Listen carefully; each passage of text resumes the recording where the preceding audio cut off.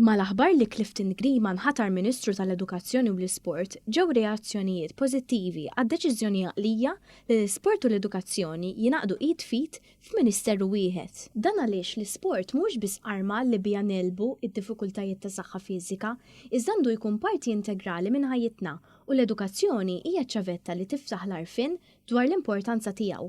One News tkellem ma' Mark Cutajar, il-Kap eżekuttiv ta' SportMalta, li qal kif id-deċiżjoni seta' tispinta lill-isport. Bla dubju ta' xejn il-Gvern kien ilu jindika sena wara sena l-isport huwa importanti, l-investiment kien bla preċedent, SportMalta kibret ukoll bla preċedent, għandna żewġ logħbiet importanti, l-lob ta' Special Olympics u l-lob tal-pajjiżi żgħar ġejjin. Il-Gvern reġa' investa wkoll fl-atleti, allura din kienet ittimbru s-siġġill li l-Gvern ta' direzzjoni li l-isport huwa settur importanti billi elevaħ f'Ministeru.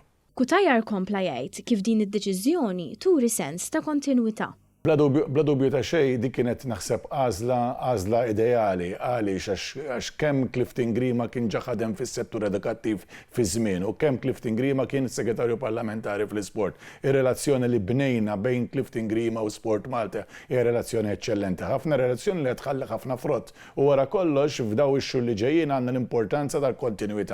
Il-ġurnalist sportiv Sandro Mikallef spjega kif u l-kollegi tiegħu kienu ilhom jaħdmu għal dan il-moment ħafna snin. Dejjem għamilna l-argument li l-isport għandu jitla' fuq livell ta' Ministeru u dan biex jintbagħat messaġġ. U naħseb din id-deċiżjoni li l-Gvern qed jagħmel l-isport fuq livell ta' Ministeru qed jibgħat messaġġ qawwi f'pajjiżna li l-isport sa fl-aħħar ħajibqa' tiela fuq l-aġenda tal-Gvern. Qal kif dan huwa l-pass li għandha bżonn Malta biex tagħmel qabża fl-isport. Nittama wkoll li issa l-isport ma jibqax biss kwistjoni ta' ġlieda kontra l-obeżità li hija tajba, ma jibqax kwistjoni biss li nċaqilqu l-pajjiż li hija tajba wkoll iżda wkoll niffukaw fuq riżultati tant mixtieqa fix-xena internazzjonali. Intant, il-Ministru tal-Edukazzjoni u l-Isport Clifton Grima iltaqa' mal-Unjin tal-Għalliema l-ewwel darba f'din il-kariga.